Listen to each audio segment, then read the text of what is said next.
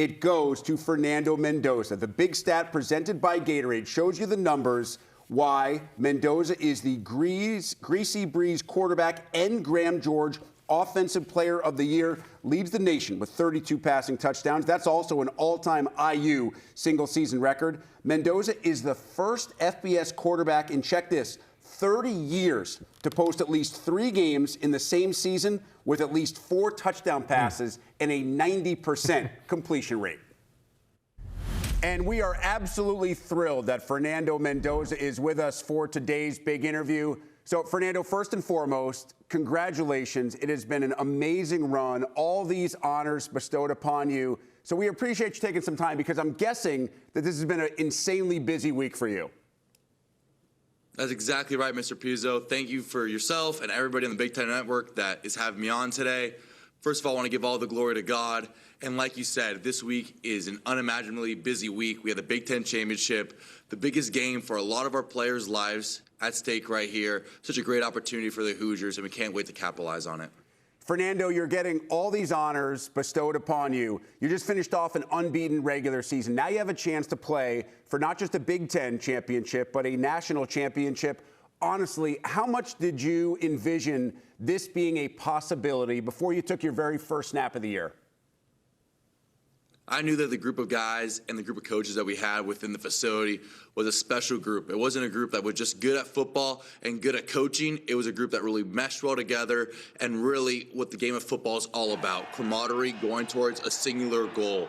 With the group of guys that we had, we really focused on 1 week at a time. No matter if it was Oregon week, the UCLA week, we always just focused 1 week at a time, and then now we're ended up being 12-0 with a great opportunity in front of ourselves to be able to compete for a Big Ten championship and hopefully compete for a national championship at the end of the year. You and this team provided some of the can't-miss moments of 2025, moments that people will be talking about for a very long time. I know this may be an impossible question for you to answer, but do you have a favorite moment of the season?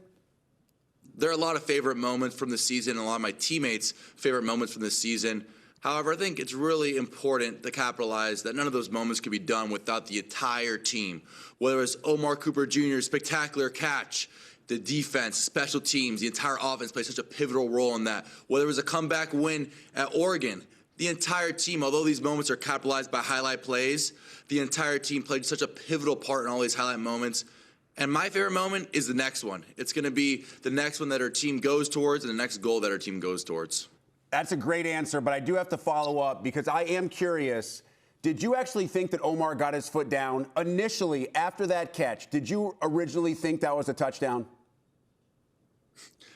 You know, as a quarterback, especially whenever you're throwing a back end line ball, you're always taught to throw it right under the goalpost. And that's what I did. However, I thought I threw it a little too high and couldn't really see because I got hit at the moment and I was on the floor. But once I got up, I saw Omar spike the ball, the entire team going crazy, and it was such a pivotal point in that game and pivotal point in this season.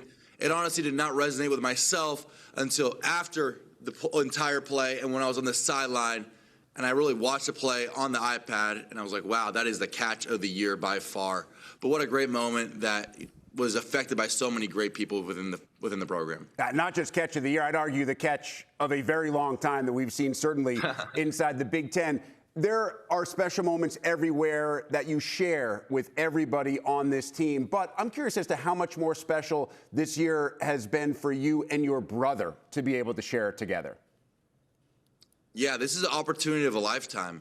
Not a lot of people get to play college football with their brother, and to even surpass that, being in the same quarterback room as your brother, having him as a brother, a leader of the team, and also a mentor towards myself, helping me along all the bumps and bruises along the way. Having him, seeing his success, seeing his development is such a special moment for my family and I, and it's an opportunity that I knew whenever I entered the transfer portal, I could not take for granted. And this is a moment that when we're 65 years old at a family reunion, we'll be talking about this for the rest of our lives. You know, when you're playing as well as you are and you become part of the national conversation, people love to give you nicknames. My favorite that I've heard for you is Fernando Heisman Mendoza. What do you think of that one? Do you have any others that you like? Yeah, I think that's a great nickname. And the Heisman conversation is such blessed and honored conversation to be a part of. Again, I give all the glory to God, even for myself being in that conversation, as before, none of the players on our team were really on those super national conversations to begin the year. But I think it's just a testament. All these end of the year awards, they're really team awards, as all the players that are up for these are on the best teams in college football. And I just really can't thank my teammates, my coaches, and the entire program enough for elevating myself into that conversation. And a lot of other players in our team are up for a lot of end of year awards, and I know they could say the same. Now, I know that neither you nor your Ohio State counterpart, Julian Sand, are looking at Saturday's game as a Heisman competition. It's a competition for the Big Ten championship, but many folks out there are saying, listen, this could potentially be the separator for the Heisman Trophy. So knowing that there could be two completely different answers to this question, how much have you thought about the Heisman? How much do you care about the Heisman? Yeah, I would say that the Heisman is an incredible honor. It is an incredible honor not only to have the opportunity to win it, but to have the opportunity to go to New York. And I don't want to get ahead of myself there. However, my main goals are the team's main goals. I always try to stay as selfless as a team leader can be. And our main goal is to win the Big Ten championship on Saturday and then go as far in the playoffs as we can. The Heisman would be fantastic for a lot of people here in Bloomington, including myself. However, I'm focused on Saturday and to give my team the best chance to win, as I know that's what we're all working towards. And beginning of the season, we weren't, hey, we want to win the Heisman Award. We want to win the Big Ten championship, and we want to win the national championship.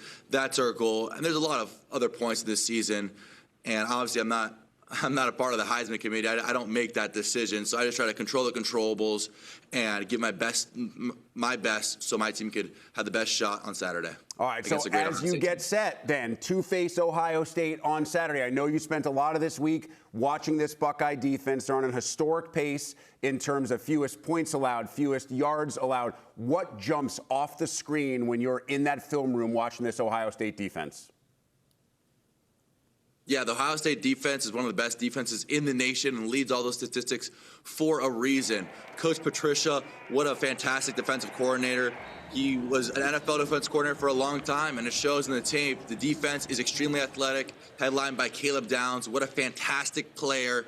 And what really jumps out on tape for myself is the way the defense plays together, especially when you get so many great athletes, so many future NFL players on that defense. It's easy for a player or two to try to make a superstar play, and they do, but the way they all play together and in that scheme is truly special, as it is a special defense, and the way that they play with each other, communicate with each other, and truly are all on the same string and all on the same page is something that I need to watch out for as a quarterback. All right, Fernando, let's finish at the start. I want to take you back to your coming out of high school. You commit to Yale with no big-time major offers. You decide to go to Cal. You're redshirted for a year. You have 2 really good years there. Then you transfer. Now you are in this conversation and also projected to be a future top 3, possibly the #1 overall pick in the NFL draft. So I'm curious, if I take you back to late summer 2022 and I lay all this out for a soon-to-be 19-year-old Fernando Mendoza, and I tell him this is going to be reality, how does he respond to me? The summer of 2022, I was going into my first year at Cal. It was, if you would have told me that then, I would have been definitely surprised and flabbergasted. However, you always hear all these motivational speakers, whether it's former NFL players, say, just put the work in. Exponentially, you're going to get exponentially better. And then all of a sudden, one day, you're going to be like, wow, I've gotten so much better and so much progress has been made. And that's the point of my journey. Going back from senior year, only one committable offer before my senior year, Yale. Then at the end of my senior year, only one committable scholarship offer, Cal Berkeley or UC Berkeley. And then now making the transfer to Indiana and then being able to be on a team that is 12-0. What a special opportunity. What a blessing by God.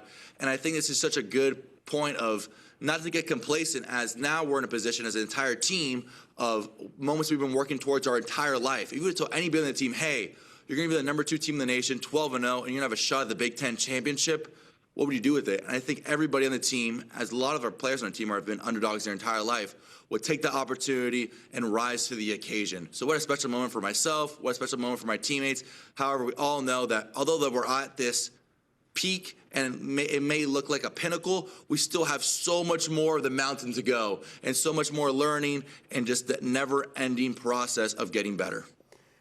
You do have a great future ahead of you. And I got to say, selfishly, I'm really happy that I think you're going to spend a lot of time playing pro football, because by the time you're ready to be done, then I'll be done here and I'll be retired. You're so well spoken. You know college football so well. You'll eventually probably maybe make your way back to this kind of seat. But I'm glad the timing won't overlap. I can leave this seat warm for you. I know you have other business to take care of first. He is Fernando Mendoza, the Big Ten Offensive Player of the Year. Fernando, great to catch up. Really enjoyed chatting with you. And, of course, wish you and Indiana the best of luck this weekend against Ohio State. Thanks so much for having me on again. God bless. Go Hoosiers.